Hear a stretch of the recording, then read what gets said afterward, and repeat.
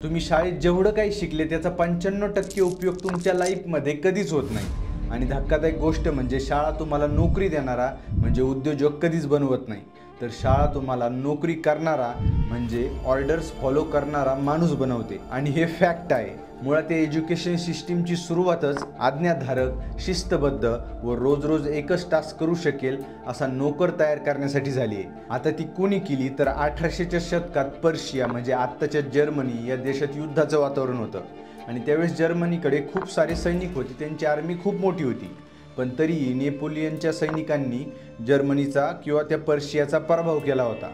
आता त्यावेळेस जर्मनीच्या सरकारने विचार केला की आपल्याकडे एवढी ॲडव्हान्स मिलिटरी असून एवढी मोठी पॉवर असून आपण हार का पत्करावी लागली आपल्याला। तर त्यांच्या लक्षात असं आलं की त्यांच्या सिनियर अधिकाऱ्यांचे जे ऑर्डर्स येतं ते त्यांच्या सैनिकांनी फॉलो केले नाहीत व स्वतःच्या मनाने युद्ध लढायला सुरुवात केली, त्यामुळे त्यांना ती हार पत्करावी लागली। आता जेव्हा जर्मनीच्या सरकारचं हे कारण लक्षात आलं तेव्हा त्यांनी ठरवलं की आता झाले ते झाले, पण इथून पुढे असे झाले नाही पाहिजे, यासाठी काय करता येईल।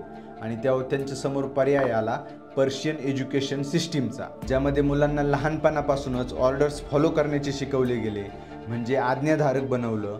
स्वतःचा मेंदू वापरण्यापेक्षा पुस्तकात जे उत्तर आहे, शिक्षकांनी जे शिकवलंय तेच पाठ करायला लावले व वेळोवेळी परीक्षा घेऊन कोणाची स्मरणशक्ती किती आहे, कोणी शिक्षकांच्या ऑर्डर्स ऐकल्या, हे सर्व पाहणारी सिस्टीम बनवली गेली।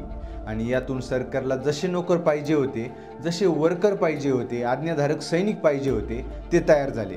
व पुढे काही वर्षांनी इंडस्ट्रियल रिव्होल्यूशन आली, मोठमोठ्याले फॅक्टरीज उभ्या झाल्या, मोठमोठ्याले उद्योग तयार झाले व यासाठी काम करणारा म्हणजे नोकर वर्गसुद्धा या पर्शियन एज्युकेशन सिस्टीमने बनवला गेला। व हे शिक्षणाचं मॉडेल जगभरात इतकं प्रसिद्ध झालं की मोठमोठ्याले देशांनी सुद्धा आपापल्या देशामध्ये हेच शिक्षणाचं मॉडेल लागू केलं आणि भारतामध्ये सुद्धा ब्रिटिशांनी हेच मॉडेल राबवलं व भारतातील लोकांना नोकरी करण्यासाठी, नोकर बनवण्यासाठी तयार केलं। म्हणून तुम्हाला आजही शिकून नोकरी करायची व महिन्याला पगार मिळवायचा हेच डोक्यात भरवलं जातं। आणि खोटं वाटत असेल तर विचार करून पहा, कोणत्या वर्गात तुम्हाला बिझनेस कसा उभा करायचा हे शिकवलं गेलंय, किंवा पैशांना मॅनेज कसं करायचं, रिस्क हँडल कशी करायची, किंवा क्रिएटिव्हली विचार कसा करायचा आहे हे आपल्याला कधी शिकवलंच गेलं नाही। पण जे लोक या रॅट रेसमधून बाहेर पडले त्यांनी मात्र काहीतरी वेगळं करून दाखवलं। जसं की रितेश अग्रवाल येतं, त्यांनी सुद्धा त्यांचं कॉलेजचं शिक्षण अर्धवट सोडलं आणि $1 बिलियन कंपनी उभा केली। आणि स्टीव्ह जॉब्सनी सुद्धा ॲपलसारखी कंपनी उभा केली, किंवा इलॉन मस्क आहे, मार्क झुकरबर्ग येतं, असे जगभरात कित्येक उदाहरणं येतं ज्यांनी या शिक्षणाच्या जाळीत कधी ते अडकले नाहीत व वेगळेपणाचा एक रस्ता धरला, बिझनेस उभा केला व श्रीमंत झाले। आणि आज त्यांचं नाव जगभरातील श्रीमंतांच्या यादीमध्ये टॉपवर आहे। आणि असं नाही की आपण स्वप्न पाहत नाही, तर मलाही आणि तुम्हालाही वाटत असतं की शिक्षण घेऊन आपण ही कंपनी सुरू करू, तो व्यवसाय सुरू करू, पण जेव्हा ॲक्च्युली आपण कॉलेजमध्ये जातो, शाळेमध्ये जातो, तेव्हा आपल्याला मार्क्स चांगले पडले पाहिजेत आणि चांगले मार्क्स पडले नाही तर आपल्या आईवडिलांची मान खाली जाईल किंवा समाजात त्यांची मान खाली जाईल अशी आपल्याला भीती घातली जाते। आपल्या घरच्यांच्याही काही इच्छा असतात, त्यासुद्धा आपल्याला पूर्ण करायच्या असतात आणि या सगळ्याचं प्रेशर इतकं आपल्यावर पडतं की तुम्ही किती चांगले आर्टिस्ट असले तरी तुम्ही सरकारी क्लर्कच्या नोकरीसाठी अर्ज करता, किंवा तुम्ही किती तुमचं स्वप्न मोठं असलं तरी तुम्ही इंजिनियर नाहीतर कॉमर्स यामध्ये ॲडमिशन घेता आणि तिथे शिकता। पण पुढे काय होतं, 20-30 हजाराची नोकरी लागते आणि आज अशी परिस्थिती की देशातील 33% इंजिनियर्स हे बेरोजगार येतं, अनएम्प्लॉईड येतं आणि इतर फील्डमधून ग्रॅज्युएशन केलेले विद्यार्थीसुद्धा 80% बेरोजगार येतं। म्हणजे तुम्ही विचार करू शकता की 15-20 वर्ष आपण सलग अभ्यास करायचा आणि 20-30 हजाराच्या नोकरीसाठी सुद्धा त्याच्या आपल्याला पाया पाडावं लागतं। हे खूप भयानक आहे। म्हणून काही विद्यार्थी सरकारी नोकरी मिळवण्यासाठी वर्षानुवर्ष अभ्यास करतात आणि 2-3 वर्षातून सरकारने जर ती भरती काढली तर त्यात सुद्धा पेपर लीक होतो किंवा लाखों रुपये देऊन ते सीट्स भरले जातात। और मैं 2 साल से गाँव में भी नहीं गया अभी तक। दुख है सर, क्या बोलूं। मैं अपने दुख और पीड़ा को किसी पास सामना नहीं कर सकता हूँ सर। बहुत संघर्ष से पढ़ा हूँ, ट्यूशन पढ़ा के मैं 2012 से ट्यूशन पढ़ा के अभी तक मैं पढ़ाई किया हूँ और मैं कुछ भी हासिल नहीं कर पाया। मुझे लगता है कि हम किसी लायक अब नहीं रहा, क्योंकि सरकार ने भी, एजेंसी ने भी इतनी मिली भगत करके इस तरह से हम लोग को जीवन को डार्क में ले गया कि हम कुछ नहीं बता सकते। आणि कधी कधी तर त्या एक्झामची 2 ते 3 हजार रुपये फी असते, त्यामुळे अनेक विद्यार्थी अर्ज करतच नाहीत आणि ज्यांनी केलाय त्यांचं सेंटर लांब येतं आणि कसंबसं त्या सेंटरवर पोहोचलं तर ती एक्झाम कॅन्सल होते. असे अनेक चॅलेंजेस असतात. त्यामुळे विद्यार्थ्यांपुढे काहीच पर्याय राहत नाही, असं आजचं वास्तव आहे. आणि आत्ताच नुकतीच SSCची एक्झाम झाली. त्यामध्ये राजस्थानच्या विद्यार्थ्याला थेट अंडमानमध्ये सेंटर आलं होतं.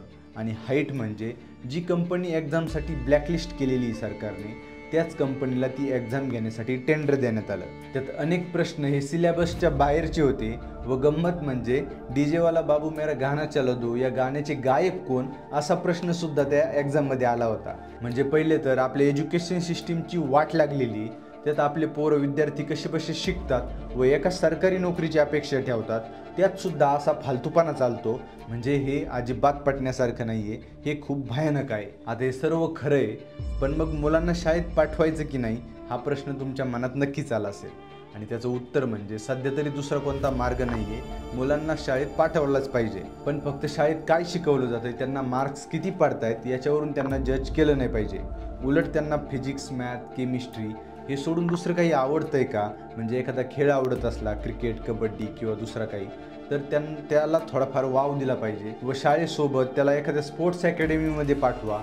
आणि फक्त खेळच नाही तर मुलांच्या आवडीनिवडी खूप वेगवेगळ्या असू शकतात, त्या ओळखा व त्यांना काय करायला आवडतंय ते पहा व त्यात प्रोत्साहन देण्याचं काम पालक म्हणून तुमचे आहे. आणि मुलांना शाळेबाहेरच्या दुनियामध्ये काय घडलंय, काय घडतंय हे शिकवा. कुणी कसा बिझनेस उभा केला, कुणी कसे पैसे कमवले हे सांगा.